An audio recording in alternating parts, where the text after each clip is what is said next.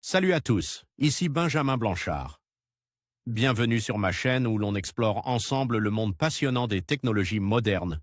Si vous êtes intéressé par les dernières innovations et que vous voulez rester à jour sur ce qui change notre quotidien, pensez à vous abonner. Aujourd'hui, on va plonger dans un sujet incontournable des nouvelles tech. Prêts à découvrir? C'est parti. Bonjour à tous.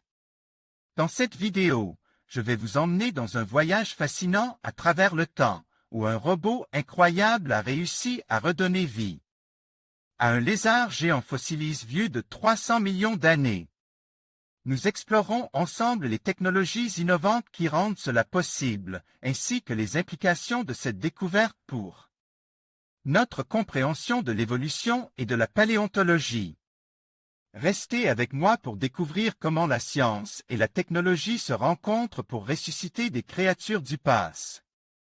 Des scientifiques de l'EPFL et de l'université Humboldt ont utilisé le squelette et des empreintes de pas fossilisées d'un animal vieux de près de 300 millions d'années pour créer une réplique robotique afin d'étudier la locomotion de ce vertèbre préhistorique.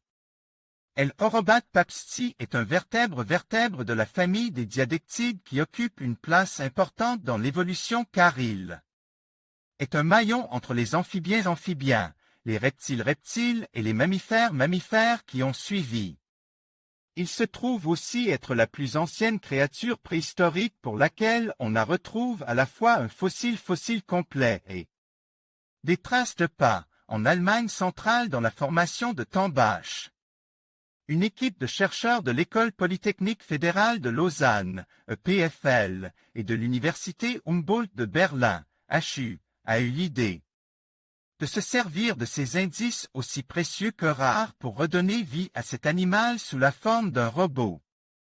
L'objectif était de reproduire la locomotion de cet animal vieux de près de 300 millions d'années afin de mieux comprendre l'évolution des vertèbres.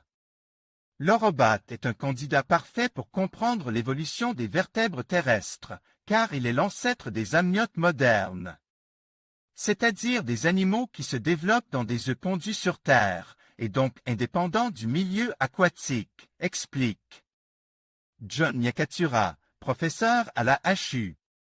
Ces chercheurs commencent par créer une réplique numérique du squelette de l'Orobat qu'ils animent de façon cinématique en se basant sur la biomécanique d'animaux proches comme le caïman, la salamandre, l'iguane et le 5, voir les essais sur cette page. Pour réaliser leur modèle robotique, les chercheurs ont fait passer au rayon X des animaux actuellement présents dans la nature, tels que le caïman, la salamandre, l'iguane et le 5. EPFL School of Engineering, une démarche athlétique. Le PFL s'est chargé pour sa part de la fabrication d'un robot, nommé Orobot. À partir de l'anatomie révélée par le fossile d'Orobat, en respectant la longueur et la répartition de masse de l'animal. Orobot a servi à tester des démarches et donc diverses hypothèses quant à la locomotion possible de cet animal préhistorique. Les chercheurs expliquent s'être concentrés sur 3 points clés: la proximité de l'animal avec le sol, l'amplitude du mouvement de la colonne vertébrale et l'utilisation de la jointure du coude ou de l'épaule lors du déplacement. Selon les premières conclusions tirées de cette simulation et exposées dans un article paru dans Nature, l'Orobat se serait ainsi déplace un peu comme le caïman, de façon athlétique, et pouvait déjà s'ériger relativement haut sur ses pattes, contrairement à la salamandre ou au 5. Une démarche donc plus avancée que celle attendue. Cette première expérience fructueuse pourrait ouvrir la voie à d'autres études de ce genre sur l'évolution. En effet, les chercheurs expliquent que la méthode pourrait être adaptée afin notamment d'étudier l'origine du vol ou les démarches de mammifères qui galopent. En conclusion, cette incroyable avancée technologique nous montre comment un robot a pu redonner vie à un lézard géant fossilise de 300 millions d'années. Ce projet illustre non seulement le potentiel de la robotique dans le domaine de la paléontologie, mais aussi notre capacité à explorer et à comprendre des écosystèmes anciens.